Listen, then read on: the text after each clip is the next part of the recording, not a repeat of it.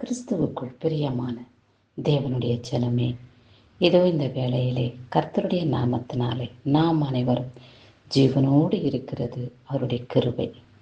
இந்த நாளை காணக்கூடாமல் எத்தனையோ ஆத்துமாக்கள் மறைந்திருக்கிறார்கள். நமக்கோ இந்நாள் வரைக்கும் 5 நாட்களை பெருக செய்து நம்மை ஆசீர்வாதமாய் வைத்து குடும்பத்தோடு நிலைத்திருக்கக்கூடிய பெரும் பாக்கியத்தை கர்த்தர் நமக்கு கொடுத்திருக்கிறார் அல்லவா? அவருடைய பரிசுத்த நாமத்துக்கு கொடான கோடி கோடி நன்றியை நாம் ஏறெடுப்போம். அவருடைய மகிமை பெரியது, அவர் வல்லமை பெரியது, அவருடைய ராஜ்யத்துக்கு முடிவில்லை என்று நாம் அவரை புகழ்ந்து போற்றி வணங்கி கடந்து வருவோம். கிறிஸ்து நம்மோடு இருக்கிறார் என்ற மன தைரியத்தோடு நாம் ஜீவிப்போம். இந்த நாளிலே கர்த்தர் நமக்கு என்ன வார்த்தை கொடுத்திருக்கிறார்? 1 நாளாகமம் 19ஆம் அதிகாரம் 13வது வசனத்திலே சொல்லப்பட்டுள்ள வார்த்தை, தைரியமாயிரு, கர்த்தர் தமது பார்வைக்கு நலமானதை செய்வார் என்று சொல்லியிருக்கிறார். என் மகனே, என் மகளே, பயப்படாதே, திகையாதே, கலங்காதே, எப்படியாகுமோ என்று யோசிக்காதே.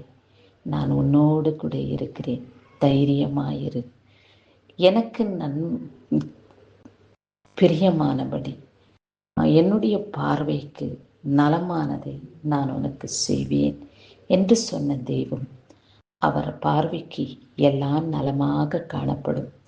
அவை என்னவென்று பார்க்கும் பொழுது, நீ விரும்புகிற காரியங்கள் இப்பொழுதே நடக்க வேண்டும். எப்படியாகிலும் சீக்கிரமாய் துரிதமாய் என்னுடைய காரியங்கள் செயல்பட வேண்டும் என்று நாம் யோசிக்கிறது மனித இயல்பு.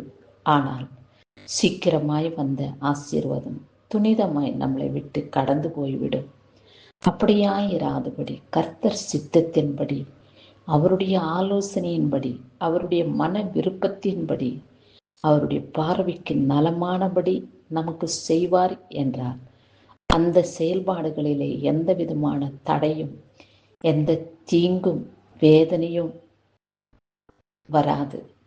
நீடித்த நாட்களாய் அவர் கொடுக்கப்பட்டுள்ள ஆசீர்வாதம் நம்மளே நிலைத்திருக்கும் என்பதை நாம் உணர வேண்டும். ஆமாண்டவரே, என்னுடைய வாழ்க்கையிலே நான் விரும்புகிற காரியங்கள் என்ன என்பதை நான் உமக்கு வெளிப்படுத்தி விட்டேனப்பா. உம்மிடத்திலே நான் மனு போட்டு விட்டேன். அந்த மனுவை நீர் எடுத்து பார்த்து விசாரித்து நலமானபடி எனக்கு நீர் செய்வீர் என்று நான் விசுவாசிக்கிறேன். என்னுடைய விசுவாசம் என்னையும் என் குடும்பத்தாரையும் ரட்சிக்கும்படியாக குடும்பம் நோக்கி வேண்டிக் கொள்கிறேன். தகப்பனே, உண்மையிலே நான் தைரியமாய் இருக்கிறேன். கர்த்தர் மேலே தைரியமாயும் நம்பிக்கையாயும் இருக்கிற மனுஷன் பாக்கியவான் என்று சொல்லப்பட்டுள்ள வார்த்தையின் பிரகாரம் நான் உண்மையிலே தைரியமாய் இருந்து உம்முடைய பார்வைக்கு நலமானபடி எனக்கு செய்வீர் என்று நான் விசுவாசிக்கிறேன் அப்பா. நீங்க கொடுக்கும் ஆசீர்வாதம் பெரிதாயிருக்கும். ஆகையாலே நீர் கொடுக்கிறவரை நான் பொறுமையாயிருந்து காத்திருந்து அந்த ஆசீர்வாதத்தை எனக்கும் என் வம்சத்துக்கும் பெற்றுக்கொள்ளும்படியான பெரிய பாக்கியத்தை நீங்க கொடுங்க ஆண்டவரே என்று அவரிடத்தில் வேண்டிக் கொள்வோமா? வேண்டிக் கொள்வதற்கும் செபிப்பதற்கும் அதிகமாகவே கர்த்தர் உனக்கு செய்வார் என்று வேதம் வெளிப்படுத்தி இருக்கிறது. வார்த்தையின் பிரகாரம் நாம் காத்திருந்து பெற்றுக்கொண்டு ஆசீர்வாதத்தினால நிரப்பி நிலைத்திருப்போம். இந்நாளிலும் கூட பிறந்த நாளையும் திருமண நாளையும் காண்கின்றவர்களை கர்த்தர் ஆசீர்வதிக்கவே ஆசீர்வதித்து காத்து ரட்சித்துக் கொள்வாராக. மகிமுள்ள கரம் அவர்களை தாங்கி வழிநடத்தும். நீங்கள் கூட கர்த்தரிடத்தில் தைரியமாயிருங்கள்.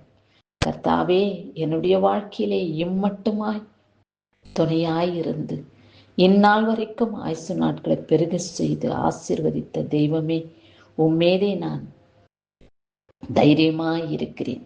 உமக்கு நலமானபடி எனக்கு செய்து என் இருதயத்தை சந்தோஷப்படுத்தும். இந்த பூமியிலே வாழ்கிற நாள் வரைக்கும் உமக்கு சாட்சியாக எப்பொழுதும் நிலைத்திருக்க நீங்க கருணை காட்டுங்க.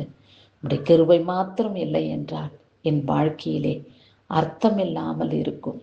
ஆகையாலே உம்முடைய கிருபை என்னையும் என் குடும்பத்தாரையும் சூழ்ந்து கொண்டு ஆசீர்வதித்து என் கையின் பிரயாசம் ஒவ்வொன்றையும் நீங்க ஆசீர்வதித்து காத்து கொள்ளுங்க என் தகப்பனே என்று அவரை நீங்கள் வேண்டிக் கொள்ளும் பொழுது, வேண்டிக் கொள்ளுவதற்கும் ஜெபிப்பதற்கும் அதிகமாகவே செய்வேன் என்று வாக்கு கொடுத்த தேவன், வாக்கு மாறாதவர்.